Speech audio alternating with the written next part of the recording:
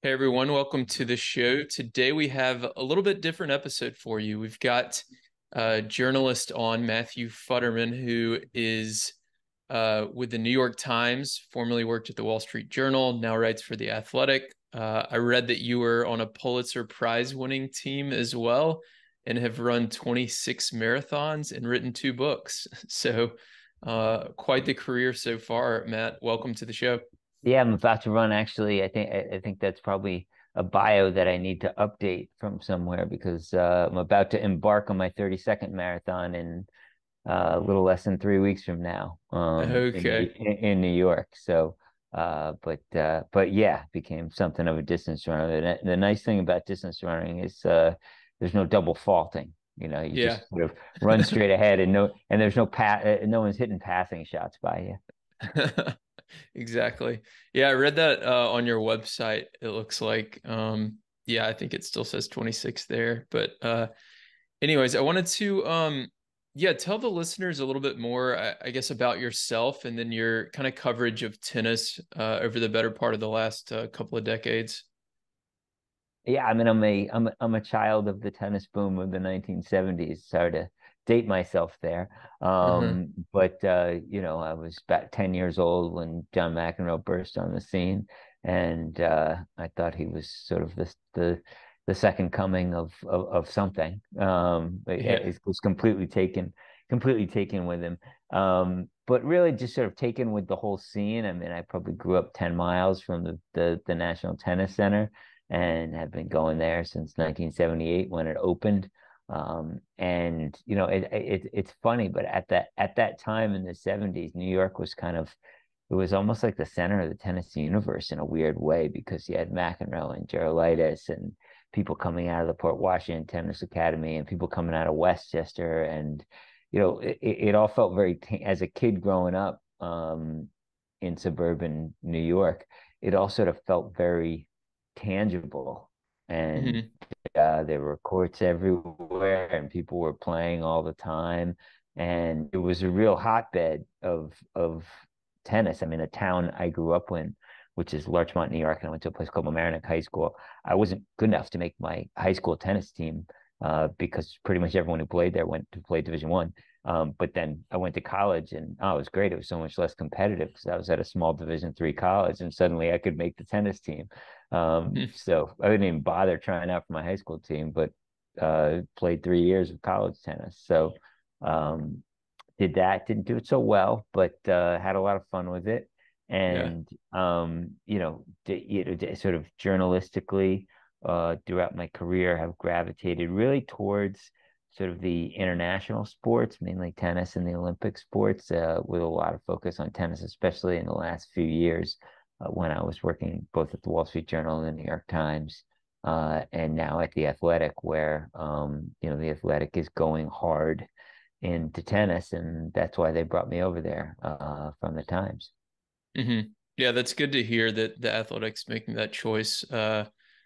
Because yeah, we'll dive into this a little bit more in a minute. But yeah, when you look at all the numbers as far as popularity in the US, especially tennis is certainly behind other sports relative to where it is in the ranking list on other countries, right? Like I feel like most countries it's maybe the third most popular sport, where it is in the US, it may not even be the top 10. But um, one thing I wanted to ask about is on your Twitter profile, your description says sports journalist, occasional marathoner, and skeptic. Why skeptic? I think that's just what you have to be a journalist. Okay. If somebody, yeah, the old joke, if your mother tells you she loves you, check it out. I mean, you sort of be suspicious of everything everybody is telling you. Be curious about their angle. I've covered my fair share of of of too good to be true sports stories that ended up in doping controversies over the Hmm. years. Right now you see a lot of people breaking records in marathon running. Okay, well, we'll see how, yes, a lot of that has to do with these new space age shoes that have come out, but we'll see. There was records that happened a few years back, and the people ended up, getting busted for doping. So, Hmm. yeah, I'd say that, skeptic just sort of goes with the territory of journalism. Yeah, yeah, that makes sense.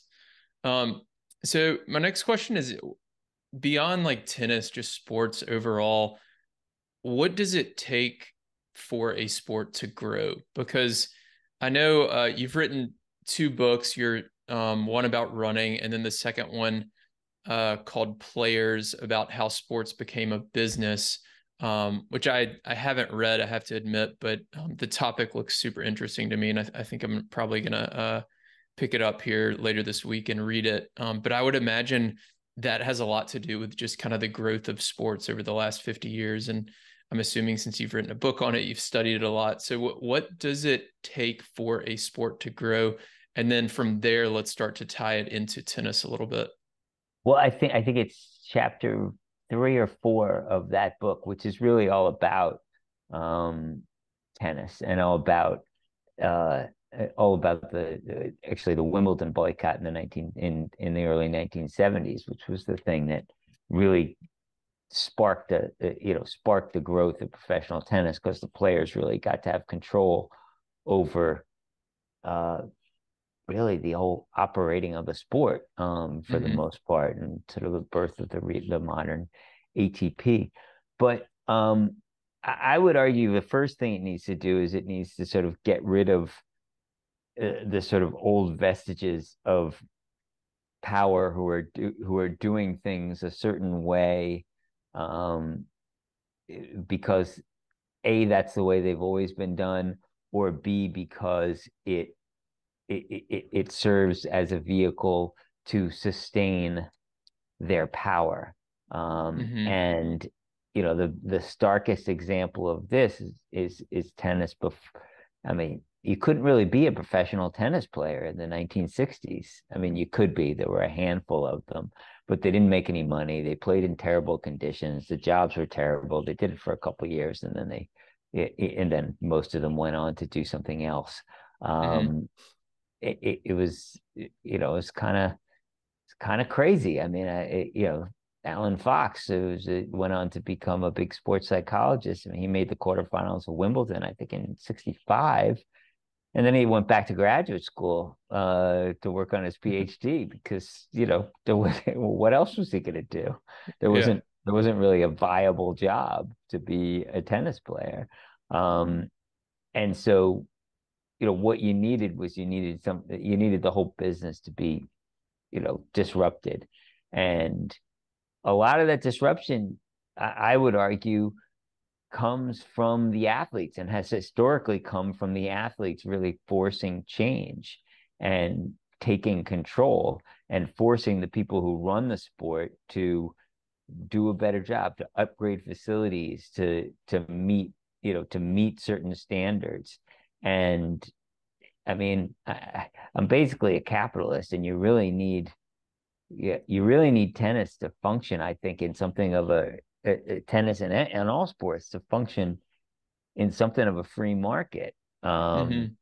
Because if that can happen, and it's not, controlled by cartels and fiefdoms and things like that, then you have competition, and you have, the tournaments that offer the most money get the best players and produce the best product, and that money then sort of gets filtered back into the system, because the players have more money, and they can train better, and have longer careers, and they become stars, and the exposure of the sport grows.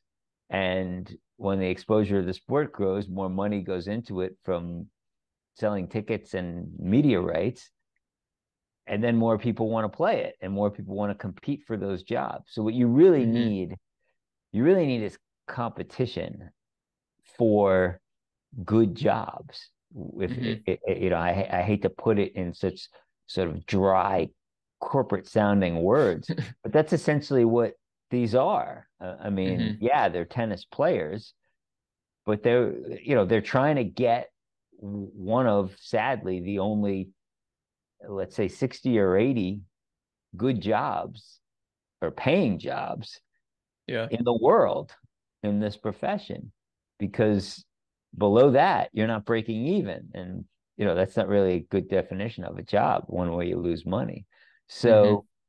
So that's what I think you really need, for a sport to grow. You need investment, you need people competing for it, you need a cycle where the game is improving organically, because if you're getting better athletes and people are training better and it's better to watch, more people will watch it.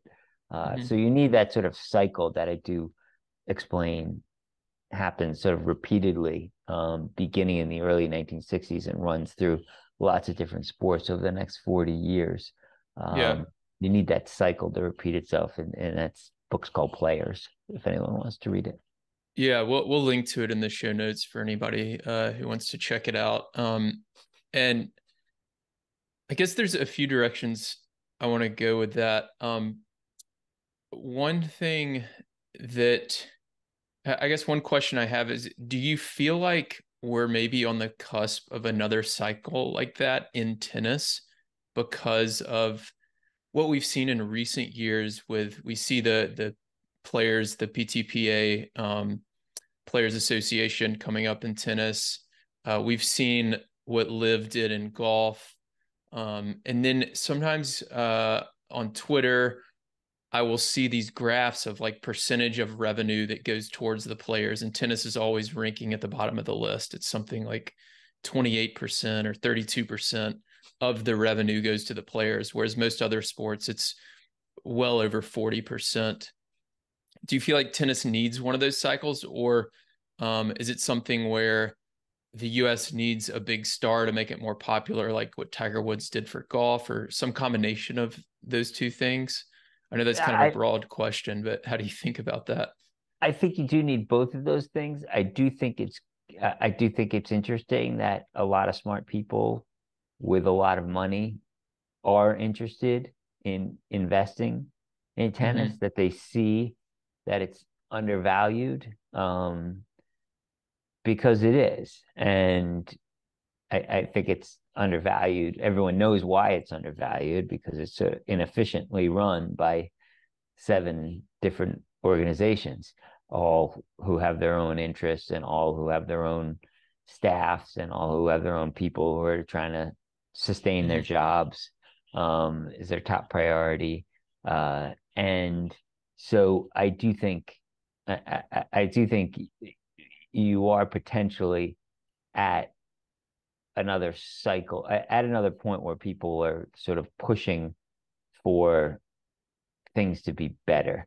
Um, you mentioned the Hmm. PTPA, and you mentioned Saudi Arabia investing in the next, trying to bring in the next gen finals, and they wanted to bring the WTA finals uh, to to there. And whether or not you believe that's a good thing or a bad thing, what is a good thing, if you pull back the lens, is people wanting to put money into the sport. Hmm. I think anyone who you know, looks at matches today and looks at matches 20 years ago, or 30 years ago, can't help but notice the quality is better. Hmm. Um, the quality is better. The athletes are better, I would argue, on a whole, certainly more depth. Hmm. Um, and that's because the money has grown, and it's something that people really want to pursue. They see a pot of gold, at the end of the rainbow. Um, you know, I do think America could use a male star. That would be Hmm. helpful. Certainly in this country, it is a little bit apples and oranges, because as you compare it to other countries, America just has a much more diverse sports landscape. Um, Hmm. and it is also driven by the market, and it's driven so much in America by, where am I most likely to get a college scholarship? Hmm. And so I think that so much is driven by that, and for the on the men's side at least, there are just more college scholarships in football and probably basketball than there are in tennis. Sure. Okay. So I want to transition to doubles a little bit. So regardless of where tennis is at, compared to other sports, whether it be in the US or globally, if we look at tennis itself as the baseline and then singles versus doubles, I was trying to think of the best way to phrase this question, and this is what I landed on. So, why, if I go to a local tennis club, whether it's in New York or Chicago or LA, wherever in the US, most of the courts are going to be taken up by people playing doubles. And if I walk down to the court and talk to a few of them and I ask them, who is Novak Djokovic, who's Carlos Alcaraz, who's Iga Swiatek, maybe they'll know Iga, who's Serena Williams, they'll know those four names. But if I ask them, who's Austin Krajicek, who's the number one doubles player in the world, and he's American, they're probably going to have no clue who he is. Why is that? I think doubles has just been undervalued and underserved over the years. I mean, I think a lot of people play it also as they get older because they want to run less, and you know, a double and covering half the court is easier than covering the half the court and hitting half the shots is easier than covering the whole court and hitting every shot. Sure. But so that's one reason I think they play more. I don't know a lot of people who prefer who, if they could have the knees that they had when they're 25, when they're 55, actually would actually keep playing doubles. I know I prefer singles. I love playing doubles. It's fun. Yeah. It's great. Yeah. Not everybody runs marathons though, Matt. Right. Yeah, I like to run around. I like to run around. But I do don't want to besmirch playing doubles in any way because I mean, I'll hit a tennis ball with anyone, anywhere, pretty much at any time, regardless of anybody's ability. I just like to feel the ball and strings, no matter what I'm doing it. So, Yeah. but in terms of following doubles, I just don't. I think there's been too much emphasis on having doubles be sort of like a lesser form of tennis competitively rather than its own thing. And when I Hmm. say its own thing, I don't just mean its own thing in terms of how it's played and what the rules are, but also maybe where exactly it's played. We have this idea that okay, you've made the doubles final, then you should be playing on Arthur Ashe. Hmm. Um, earlier as a warm-up act essentially for the finals or for a warm-up act for something else because it's a big Yeah. court. And I don't think that really serves doubles very well because at least not right now because the stadium's not going to be packed Hmm. and it's not a great atmosphere. You're sort of far from it. Um, I think doubles really benefits from the court is crowded, and I think the stadium and the environment, if that's crowded too, even if it's not very big, Hmm. there's just an intensity that grows from lots of humans being close to each other. Hmm. It's like an energy that people generate. Yeah.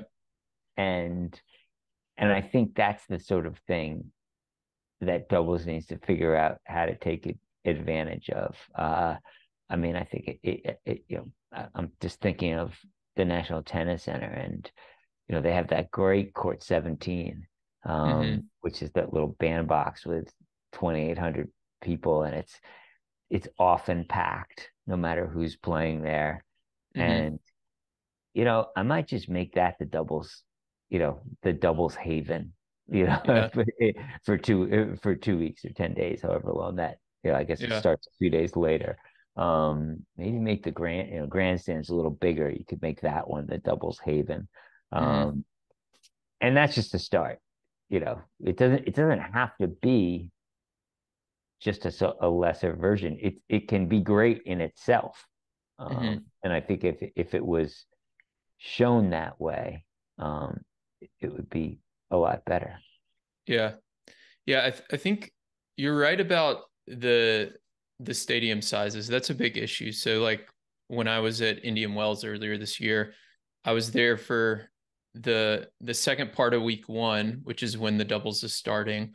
And the doubles is on all these outside courts, court 4, 5, 6. And then I was there for the beginning of week two, where courts 1, 2, and 3 are the only ones being used.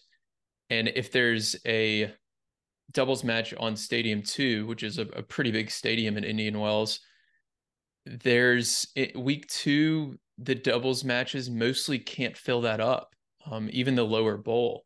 So I feel like week one almost does a better service for doubles. And I remember writing and tweeting about it at the time, how crowded the outside courts were for Mhm. doubles. And people were, um, I don't have a ton of followers on Twitter, but like I had a few tweets go semi-viral because they were like, "Oh, I was there. The atmosphere was great. Like people loved it."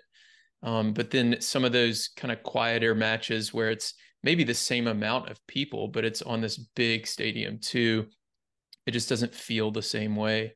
But one of those problems, again, is going to be marketing. So my next question for you was, how much of it do you attribute to like a product problem versus a marketing problem? Because there's definitely changes to both that can be made. I would start with a product problem because when going back to the earlier point about it being sort of just a just like a lesser form of singles. And Hmm. I say that facetiously because I don't think of it as a lesser form of singles. I don't think of doubles players. I mean, they earn less money, but they do something incredible and great. And I'm not trying to downgrade what they do in any way. But so I mean, I was completely taken at NCAA's this year, which I went to for I hadn't been to a college tennis match in a long time, Hmm. and I was down in Orlando at the NCAA's, and I was just completely taken by how the NCAA does that sort of event and the doubles competition and how quickly it gets intense. And yes, there was some home fans there who traveled with their team, but Hmm. there's no way that most of the people in that crowd had ever heard of Yeah. whoever was playing for Kentucky and whoever was playing for Texas. Hmm. And there weren't even that many of them that were there, but there was packed, obviously, because it's these small venues. And what I would like to see, and they're not tied to traditional tennis.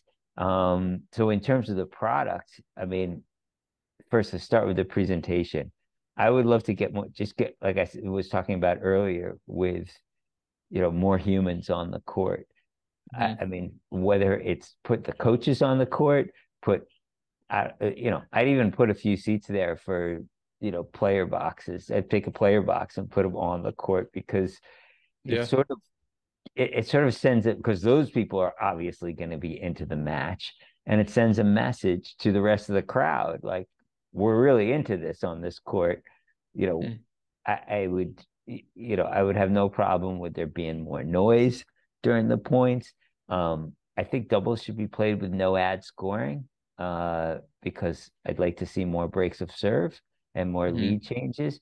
I feel like it's too often that there's only one break in a set, and once Or you've seen that, zero. yeah, and then once you've seen that, it's just about hanging on. And Hmm. if you went to no ad scoring, I mean, I haven't done a deep statistical study of it, but I have to believe it's easier to break serve when all I have to do is win 4 points rather than win Mm-hmm. Often win, uh, you know, at least Five or five, more. Yeah. five or more. So, I think that would be great. Yes, play the lets on the serve, but do anything to make it more of a horse race, Mm-hmm. where things are dynamic, things are active. Um, you know, like I said, put the coaches on the court and have them, allow them to behave like basketball coaches, right? Yeah. Up and down from the bench and That would be cool. moving people around, and Mm-hmm. it just it'll create more interaction. It'll, I think, create a lot of emotion. Mm-hmm. Or maybe it won't. Maybe some coaches will just want to sit on the chair with their arms crossed, but I don't think so. And Yeah. it just, I think it will allow for it just will allow for a more dynamic atmosphere. Yeah.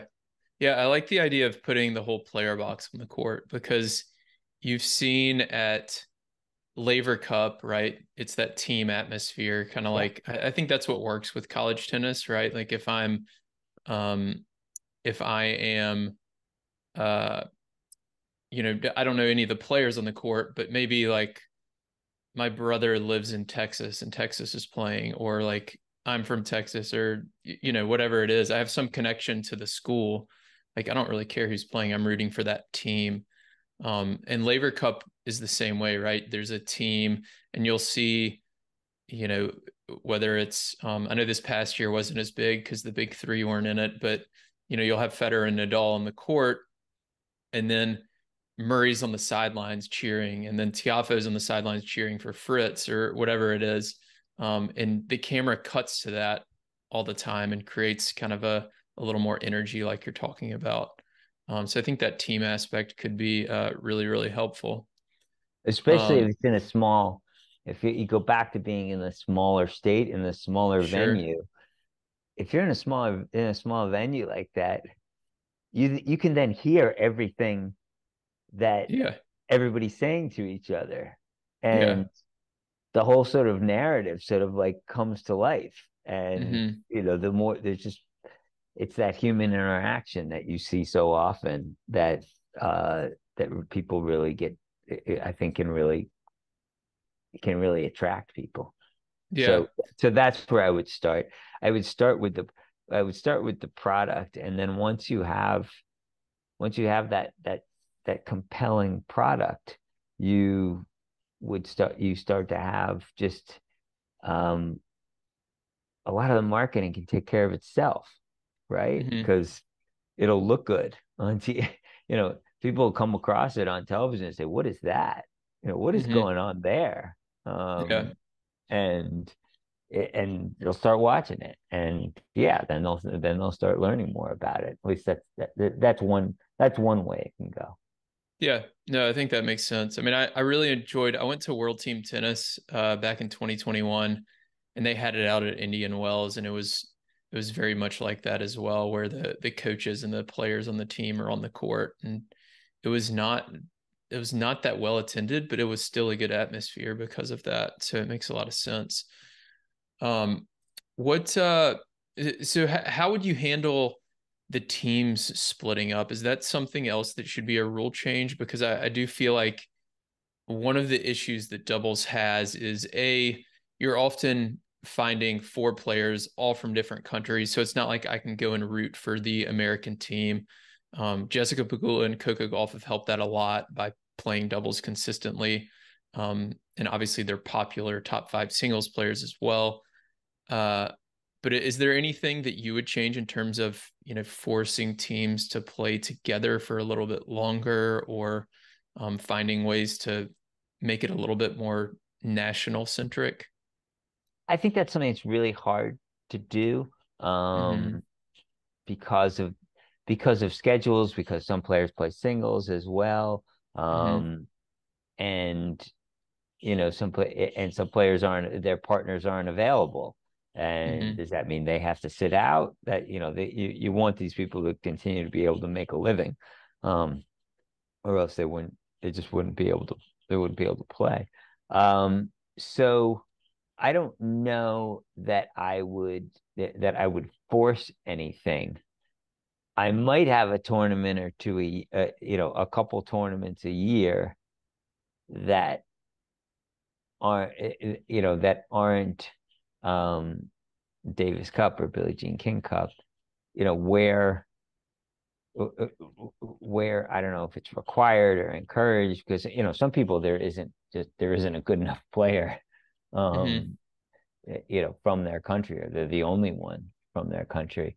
Um, you could do some sort of separate team competition potentially. Yeah. Uh, and you could make you could make one. Everyone knows what mixed doubles is. You could have one. You could be a smaller doubles. A smaller doubles tournament with people from different countries, and then another smaller one with people from the same Hmm. countries. Yeah. Um, yeah, you could certainly play around with it. Yeah. Um, I think a lot of the I was talking to somebody about this a week or two ago because Ryder Cup was going on in golf and it was there was so much hype around it and it was so popular. Um, and of course the European team ended up winning, but it was it just got so much coverage and press. And Davis Cup, I think, was like a week or two before, and people didn't really talk about it a whole lot, at least here in the US. And it was almost just kind of forgotten. And I think one of the reasons for that is that Ryder Cup is only every, I think, 2 years, I right. believe. Yeah. Um, whereas now with like you've got Davis Cup, Billie Jean King Cup, Fed Cup, um, there's like two or three others. I can't even name them all. Laver Cup. There's so many in United Cup. tennis. There's the United Cup. United Yeah. Cup. Yeah, yeah, that's the other one. There's so many in tennis that it almost seems like I don't know. It's just they need to like clean the slate and do a men's one, a mixed one, and a women's one every other year, you know? And it's like there's one event per year or something like that to just make them a little bit more scarce so that they mean a little bit more. Right. But that gets back to our earlier issue when we were talking about the inefficiency of tennis. If you say, "Oh, we need to wipe the slate clean," Yeah. the ITF doesn't want to do that because the ITF gets a lot of its money from the Davis Cup and the Billie Jean King Cup, and those are its Yeah. that and the Olympics are its calling cards. So, Hmm. you know, you say, okay, we want to get rid of those and make one thing. The ITF just lost half of its staff by doing that. So they're interested in sustaining themselves and sustaining their own jobs. There's no one who's looking out necessarily for the sport itself. Everyone's looking out for their own Mm. organization. Um, Yeah. so that's what that's always been the problem with tennis and the challenge of it. And um, yeah, I mean, could you combine them all and make one big event every 2 years or something like that, or even every 4 years, like the World Cup? Yeah. Um, sure, you could, but it would take a lot of people. It would take a lot of people sort of voting themselves out of their Yeah. jobs and fiefdoms, and that doesn't happen very much. Yeah. It seems like every problem we run into kind of stems back or leads back to that issue of how like just disconnected the sport is in terms of the organizations that run it. Um, so I want to be respectful of your time. A couple more rapid fire questions, and then I'll let you go. Um, what's your favorite tournament you've been to? Well, I mean, people ask me what my favorite slam is, and I mean, I'm completely biased as a New Yorker. It's the U.S. Open, but Yeah. just in addition to it being very allowing me to sleep in my own bed for 2 weeks, which is really nice. Yeah. But it's also a lot of it, and this speaks somewhat to what we were talking about with doubles, is it's the one that's seemingly least tied to sort of the staid decorum and tradition of tennis. Hmm. It's noisy, it's active, Yeah. it's alive, uh, and I like that. It feels it's it's in a public park. There's an openness to it, and you can see that reflected in the people who are there. Yeah, there's lots of sort of fancy people and suites and things like that, but the diversity of the crowd there is pretty overwhelming. I mean, I say Hmm. overwhelming in the best way. Yeah. There is a little there's a resemblance to the city itself. Obviously, it's not as diverse as New York, but it really is a colorful event in that way. Hmm. In terms of what are my favorite events that are on sort of a different scale, a couple of years ago, I ended up at the ATP 250 event in Estoril in Portugal, which takes place at this little tennis club sort of above the sea on the coast of Spain, just north of Lisbon, and that's a pretty magical event. I would argue because they really understand that they're not necessarily selling a sporting event, but they're selling a social event, and people really come out for it. It's a 250, so it's not gonna, and it's not even a great week, so it's not gonna get the biggest stars, but Hmm. it has so much support in the community, and it's a great atmosphere, and the stadium is tight, and you're on top of the action, and it's just beautiful. It's a beautiful place to sit and watch tennis. I've been to Monte Carlo, but not for the tennis tournament. And it sort of has a little bit of that feel to it because it's this club on a hill above the sea. Interesting. I haven't had that answer before. I'll have to check that one out. What is your, I guess, favorite, most interesting, most fascinating tennis interview you've done? Um, I guess I'm always just so taken with I mean I'll answer that from two sides of the coin.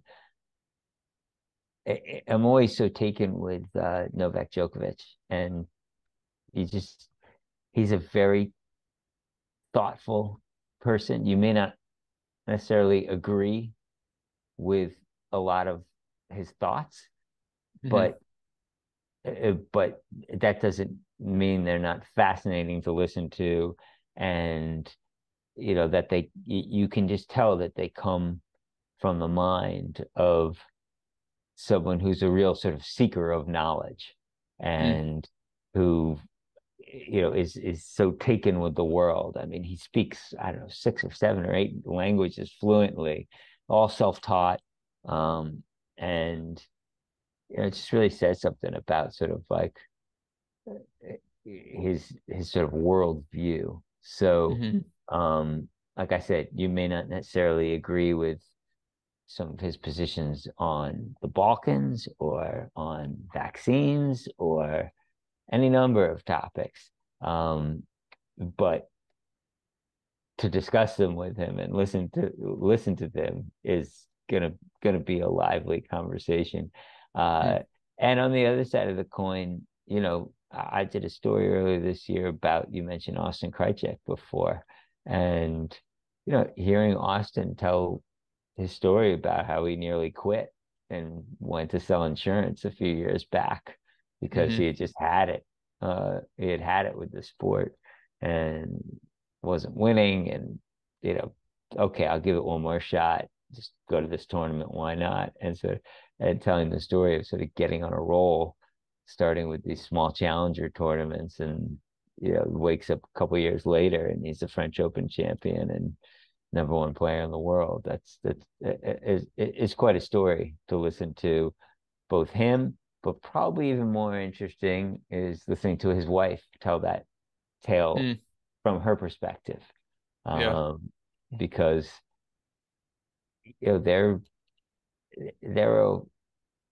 they're a working couple. She has her job in marketing Hmm. um and and data analytic research in the restaurant industry, and so she's not in the box at every match and traveling the world with him. Yeah. She's working with him as a life partner, trying to figure out how they're going to pay the rent and put food in the refrigerator. Hmm. And just a fascinating tale for me to hear about, a young couple trying to figure out their lives together. Yeah. Yeah, it's crazy. And he's number one in the world at this point. And yeah, his wife is still having to work her full-time job.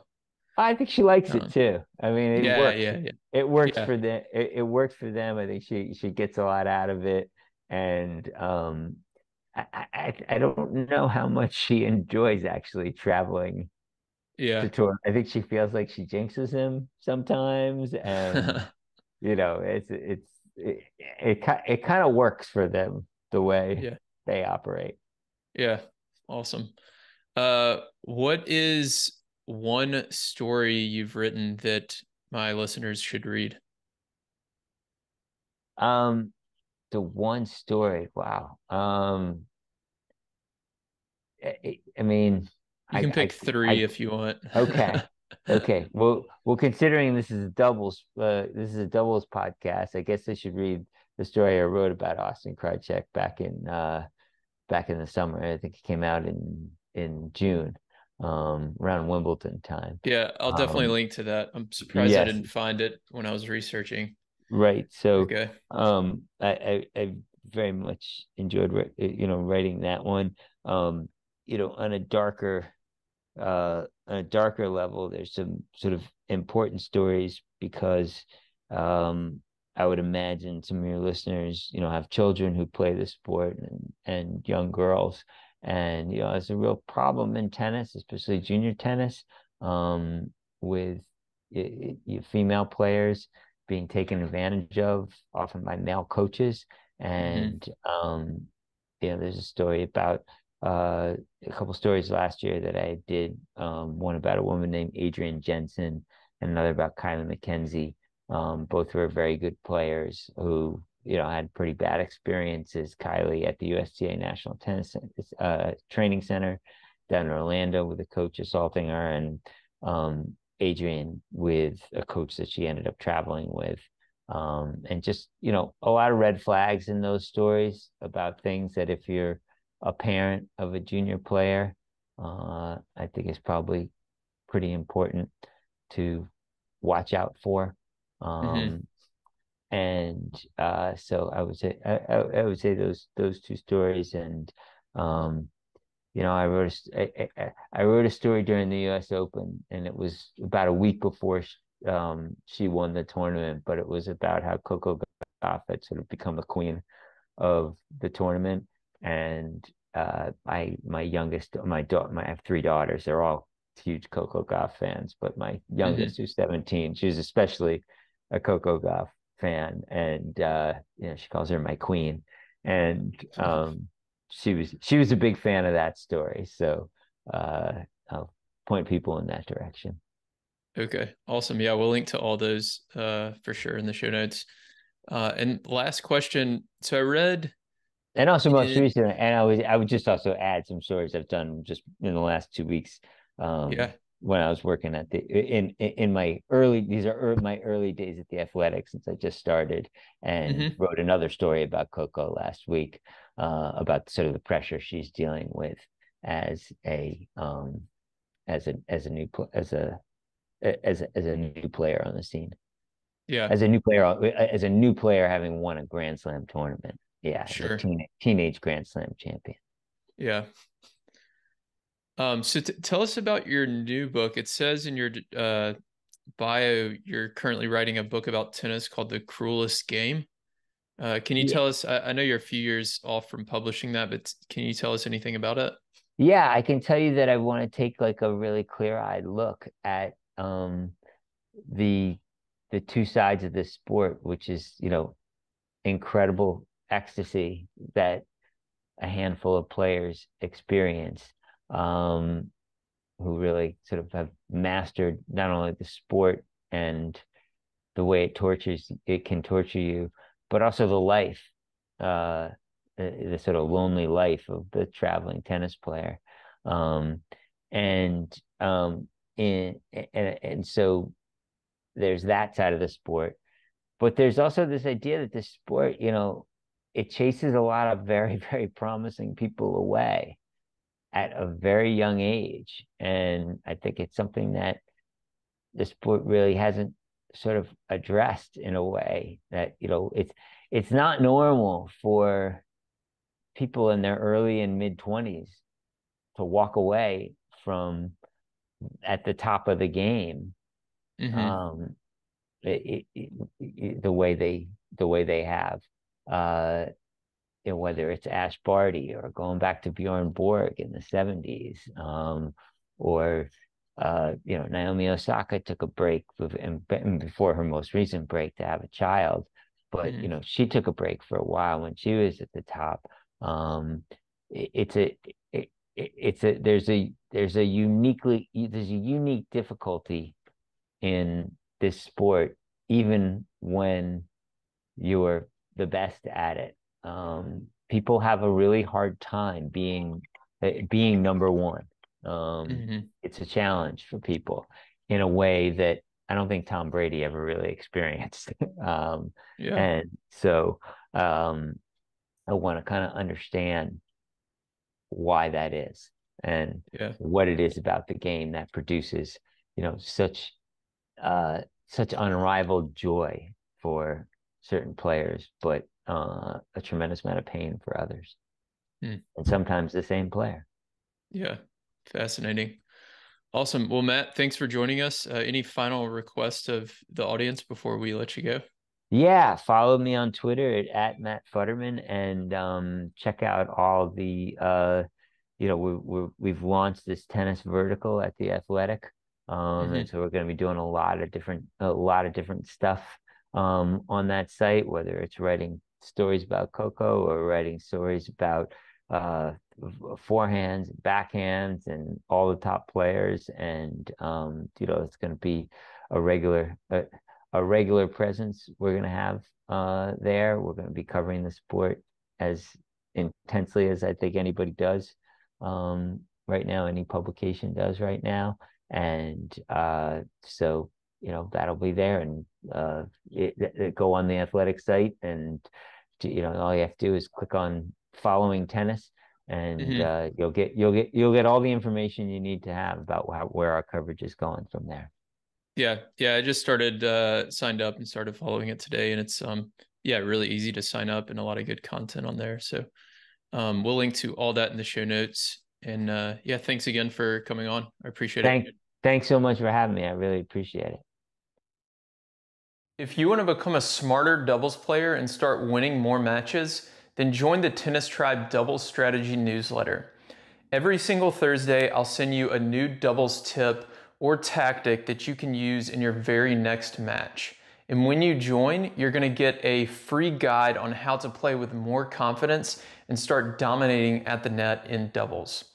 My name's Will. I'm the founder of the Tennis Tribe, and over the last 5 years, I've worked with players at every level of the game, from USTA 3.0 players all the way to Division I college programs, as well as some of the top 10 doubles players in the world. And on Thursdays, with this strategy newsletter, I share that knowledge and advice that I've gained over the years with you. So to sign up, you can go to thetennistribe.com. And again, you'll get that free net play guide when you join.